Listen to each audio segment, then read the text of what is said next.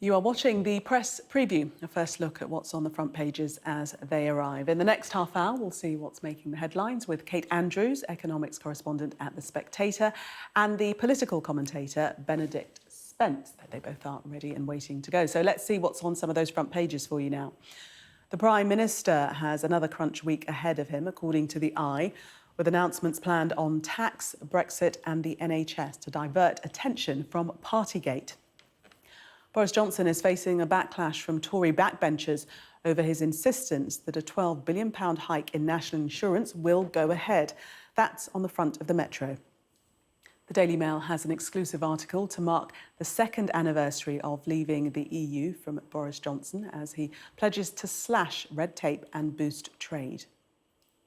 Johnson tries to take back control amid party outrage is the headline in The Guardian. And the Express also leads on the Prime Minister's promise to unleash benefits of Brexit. The focus for the Daily Telegraph is the Health Secretary, Sajid Javid, who's expected to announce he will scrap mandatory COVID vaccines for NHS staff. The world's largest sovereign wealth fund, Norway's $1.3 trillion investment pot from oil receipts, has warned of years of low returns due to inflation. And a reminder that by scanning the QR code that you can see on your screen right now, you can check out the front pages of tomorrow's newspapers while you watch us. And we are joined tonight by Kate Andrews and Benedict Spence. Welcome to you both. Good to see you. Let's start with the Metro and that story that we pointed out, their headline, PM facing a tax mutiny. What's going on, Kate? So in today's The Times, the Prime Minister and the Chancellor doubled down in a joint comment piece to confirm that they are pushing ahead with the new health and social health levy for the national insurance rise, which is going to equal 1.25 percentage points increase for employers and employees. Tory MPs were already very frustrated about this tax rise coming in, and they're even more so now, according to the front page of the Metro, as they think with the cost of living crisis, inflation going up, now is not the time for tax rises. I think there's a very important point to be made here about the cost of living at the moment. But it is also frustrating in the sense that I think only 10 Tory MPs voted against this tax hike in the Commons last year. There was, of course, an opportunity to push back on it. And the hard truth is that now that the policy has been promised, that we're essentially going to protect the assets of those who are wealthier, that they won't have to sell them off to pay for their social care, that is a very expensive policy to the tune of billions and billions of pounds that has to be funded. And I think the point that the Prime Minister and the Chancellor are making in the Times today, which is frustrating people, but I think a tough truth that has to be realized is that if you are going to have that policy, the money has to come from somewhere. Now, the Prime Minister has ruled out making cuts elsewhere. That means taxes are going up. These are the tough trade-offs of wanting to spend more cash. We're going to try and sort out your sign. A little bit of interference with you there, Kate. But let's move on to Benedict. I mean, MPs are saying that, well, rebel Conservative MPs, according to this article, want it scrapped. But that ain't going to happen, is it? No, it's not. And you can sort of you can imagine the frustrations of a lot of Conservative voters who believed that they were getting a low tax sort of Thatcherite Prime Minister. And as often has been feared about Boris Johnson, he's nothing of the sort. He is somebody who makes very bold promises about infrastructure, about levelling up, about sorting out the NHS. Those things were all inevitably going to lead to tax rises. I mean, that's just the nature of the sort of Prime Minister that we have. And then when you add the pandemic and all of the measures that were sort of taken to safeguard the NHS as a result of that, again, you were only ever sort of heading in one direction. I mean, what's also slightly frustrating is this Eye piece, for example, Metro piece, sorry, it asks other MPs, Tory MPs, how they feel. A lot of them say that they are very unhappy. And Robert Halfon, for example, gives an indication of where else we could get money from. He says, well, we could go after capital gains tax. And it is that sort of feeling of, so either way, it is a tax that is, taxes are going to go up. And I do feel that, as much as Kate says, that these are things that have been promised and, there are plugs to be filled. with this massive sort of increase in the cost of living that's coming with inflation and energy prices soaring, it just couldn't really come at a worse time, with businesses sort of getting back on their feet, everything sort of trying to get back to normal, to then start slapping people with taxes, whatever the promises were made at the time of the last general election and whatever the problems with the public purse. It is going to cause an awful lot of pain for ordinary men and women on the street. And it's another thing, I think, really, that the Conservative Party need to worry about amid the furore around Boris Johnson's personality. It's not simply going to be a question come the next election of who held what party when. It is how much money people have left in their pocket. And that is something that will probably end up spooking a lot of backbench MPs the longer this goes on for. It certainly was reported previously that this was something that the Prime Minister was thinking seriously about, perhaps doing a U-turn on. But now we see this joint article with the Chancellor, Rishi Sunak. Do you think that the Prime Minister has had to be brought dragging and screaming round to Rishi Sunak's point of view? I mean, it's interesting, isn't it? Because we've been hearing, haven't we, all for the last couple of weeks that, MPs who were previously very hostile to the Prime Minister, they've suddenly been getting meetings with the PM that they've been trying to get for months now. And we've been hearing, haven't we, the talk about, well, could Rishi Sunak launch a leadership bid? Could he be a viable alternative? It would certainly be, I would have certainly thought that in the short term, it's not necessarily in Rishi Sunak's best interest to launch a leadership bid. But of course, he is a threat to Boris Johnson.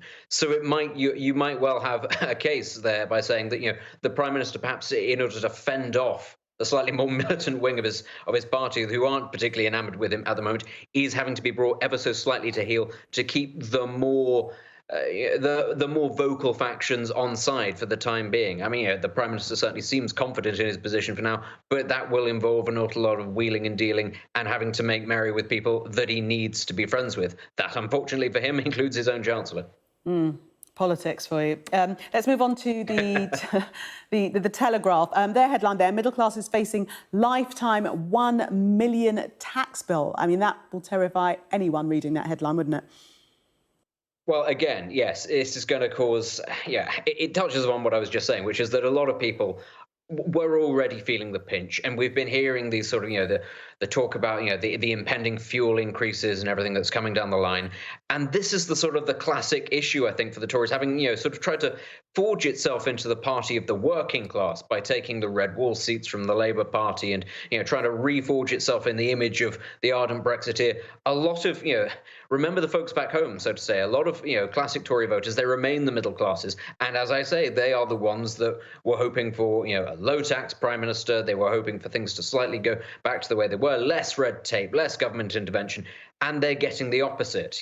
Prices are going up, everything is getting very difficult. And on top of that, taxes are going to be laid on them. And I think the real fear that a lot of voters will have is, yes, we're talking now about short-term taxes, one or two taxes here. Who's to say other things won't go up? I mentioned, capital gains tax just then. Who's to say that that might not go up in addition to increases on national insurance contributions in the future? That has got to be the thing that will be weighing very heavily over an awful lot of voters and will continue to do so for the next 2 years. And again, it's not simply a question, I think, for the Prime Minister of retaking control and moving on from Partygate and, oh, isn't this all a load of nonsense? Long term, the faith in the Prime Minister, which did abound in quite large amounts, there was a lot of goodwill towards him for a very long time. It has finally evaporated. And I think he's going to discover that for all he was very popular before, he's going to find it very difficult, I think, to win a lot of that good faith back.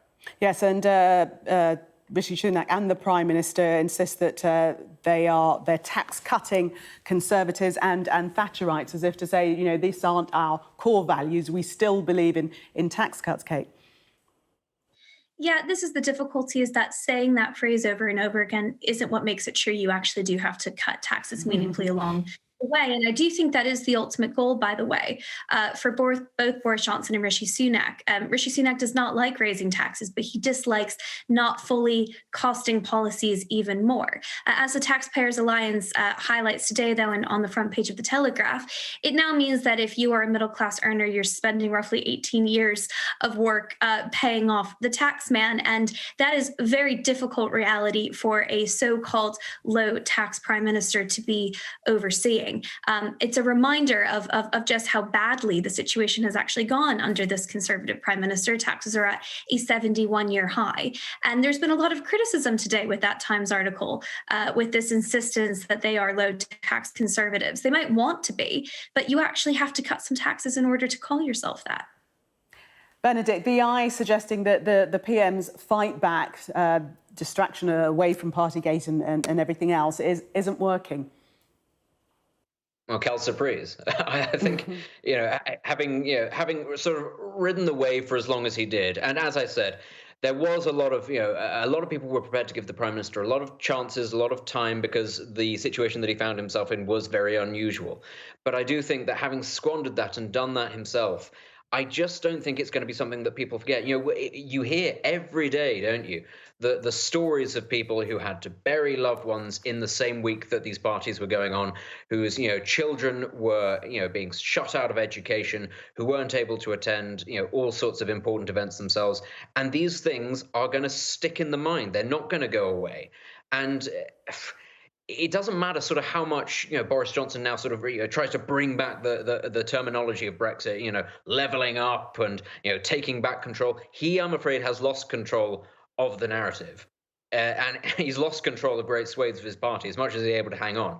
For the time being, he is there, but I believe that's simply because there isn't a viable alternative that's currently made themselves available to the rest of the party. He is effectively a dead man walking, and he might talk a good game about being able to bring it all back. Ultimately, I just can't see him. I can't see the party itself keeping him in place ahead of the next general election, because they must know people are not going to forgive Boris Johnson and his government for breaking their trust in this way. And the key thing for the Conservative Party will be to try to rid themselves of that toxicity before it affects the rest of the party. And meanwhile, Kate, the Foreign Secretary accepts that the Sue Gray report is a bit of a mess, quote, but insists that Johnson will lead Tories into the next election.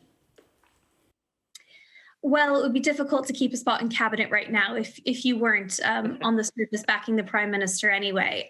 So I think that the real change from the past few weeks is that just the deep incompetency of the Met Police coming in so late in the game and then asking Sue Gray to retract or just to keep certain bits of the parties that were going on to a minimum in her report has bought the Prime Minister some time. Now, look, anything could happen. None of us make predictions anymore, but it does seem like he has a bit of time, and that's what you're seeing on the front of the eye. I think the Guardian and the Mail today, these plans that the Prime Minister has with this time that he's frankly been gifted, even if accidentally so, to try to remind the public, especially those red wall voters, those who lent their vote to the Conservative Party, who may not be fully signed up members to the party from the 2019 election, that he does have their best interest at heart. The question is whether or not it will work. And I think, flagging this Brexit freedoms bill, flagging leveling up, flagging all the things that they have had some time to do, even with COVID, that they haven't done yet, it could go both ways. Perhaps voters will be convinced that, the Prime Minister's back to business, going to deliver for them. They might also remember all the things he hasn't achieved yet and frankly put to the side when him and his aides were having a few drinks and some wine and cheese in the back garden of Downing Street.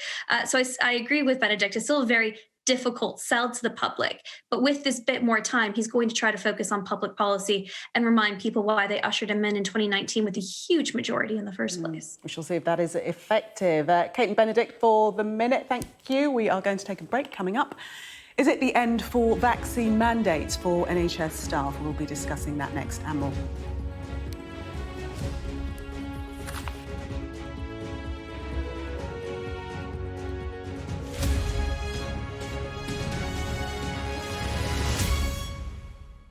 Watching the press preview. Still with me, Kate Andrews, economics correspondent at The Spectator, and the political commentator, Benedict Spence. Welcome back to both of you. Let's have a look at the Telegraph. And the Telegraph reporting here, the U-turn on mandatory jabs for NHS workers. I have to say that hasn't been agreed, and that hasn't been negotiated. It's a bit of a speculative headline, isn't it, Kate?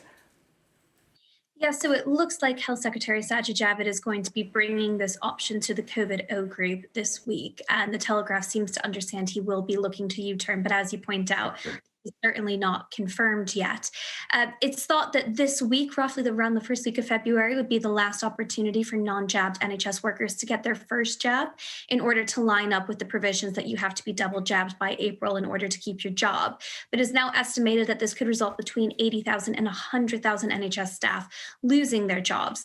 That was never going to be a real possibility for the NHS. The system, forget a COVID year, in a normal year, the system is strained, especially throughout the winter, really at almost any time. It's designed to operate near capacity. The idea that you might lose so many workers just wasn't going to be sustainable, especially for all the patients, COVID and non-COVID, who are already having to wait hours in A&E, queuing in ambulances outside of hospitals, struggling to get GP appointments and the rest of it. So the U-turn in that sense isn't terribly surprising. But one of the reasons people did think it was going to go ahead is because a similar gauntlet was laid down with care home workers, and many have lost their jobs. It's still hard to get official figures on that, but we know that many care home workers have been fired for not getting jabbed. So it did seem plausible that the health secretary might push forward with this, but it's clear that weighing up those risks, it is simply not worth it to lose those unjabbed healthcare workers at the moment. And it looks like he'll be working to U-turn now. Yeah, Benedict, that looks almost certain. I mean, I say it's speculative, the headline, but with talking about 80,000 workers losing that from the NHS at this time during a pandemic, it's not feasible, as Kate says. It's not, and I mean, as Kate says, it would have the potential to cripple an institution which is already sort of running on fumes at the best of times. And the thing is, we're talking again about the Prime Minister, the government trying to regain some form of popularity, having managed to fritter all of it away. Well, how popular do you think they're going to be after 2 years of being told you have to put your life on hold to protect the NHS? Then to see your government gut the NHS and potentially see backlogs in all kinds of things, be it, cancer or A&E or whatever it is, I don't think people would take too kindly to that. You also, I think, begin to raise questions and, shine a spotlight on why it is that so many NHS workers haven't got the jab. And you run the risk, I think, if you keep on going back to this and saying, 80,000, 100,000, big numbers, many people haven't had the jab. More ordinary members of the public who might otherwise have had the jab might start to think to themselves, well, hang on, if the medics aren't having it done, if the people in the NHS aren't having it done, maybe I don't want to have it done. And I do think you possibly, through trying to sort of force people to have it, you might end up having the opposite effect of not only crippling the health service, but also perhaps making more people in the public at last begin to question whether or not they need it. Yeah, it might be that the actual requirement is suspended. That might be the U-turn. So we don't know exactly how far they're going to go. We've just got time to go to the Metro. And Kate, take us into this sort of semi-row, although Harry and Meghan are deciding to stay with Spotify. But bring us up to date on what they're saying, their criticism of Spotify. Yes, the topics of big tech and cancel culture have met over the past few days as Neil Young decided to pull his music from Spotify, unless they tackled or essentially took down the Joe Rogan podcast, which I think is the most listened to and successful podcast in the world, because Rogan has been interviewing people who take a vaccine skeptic position. Now, it looks like Harry and Meghan don't want to give up their $25 million deal with Spotify and pull their podcast yet, but they have suggested that they're uncomfortable with the podcast being hosted. This takes us into much, much bigger conversations about the power of big tech, what it means to try to cancel people, whether or not we want this information to be publicly available, even if we disagree with it. It looks like Harry and Meghan aren't going to be pulling their podcast just yet, but it'll be interesting to see how Spotify responds to the pressure being mounted, whether or not for them this is a pure and straightforward business decision, or whether or not they're going to commit to the principles of free speech on their platform and that they want to host all kinds of podcasts and music, even if they disagree with it. Of course, censoring music in particular has been a huge topic throughout the decades, one that I thought we were finally coming down on the right side of, but it seems like some artists do still have very strong opinions about what should and shouldn't be listened to. Very quickly, Benedict, if they're not going to leave Spotify, does it matter that they've stood up and made these comments? No, it doesn't. As with all of these things when it comes to cancel culture, it's all about money. We've seen this with people being cancelled, for example, on the side of the trans debate. When it gets to somebody like J.K. Rowling, who is worth billions, suddenly you find yourself unable to cancel that person because they're worth too much money. And it's the same with the Joe Rogan podcast. I think Spotify bought the rights to his podcast for $100 million. They ain't going to get rid of that anytime soon. I mean, certainly not for Joni Mitchell and Neil Young, no offense. And again, you've seen it. It doesn't matter how uncomfortable Meghan and Harry are. They ain't going to be leaving the platform if they aren't going to be getting their money either. That's ultimately what a lot of this comes down to.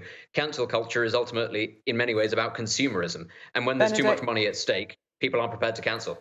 Benedict and Kate, not cancelling you, but just putting you on pause till the 11:30. Thanks so much.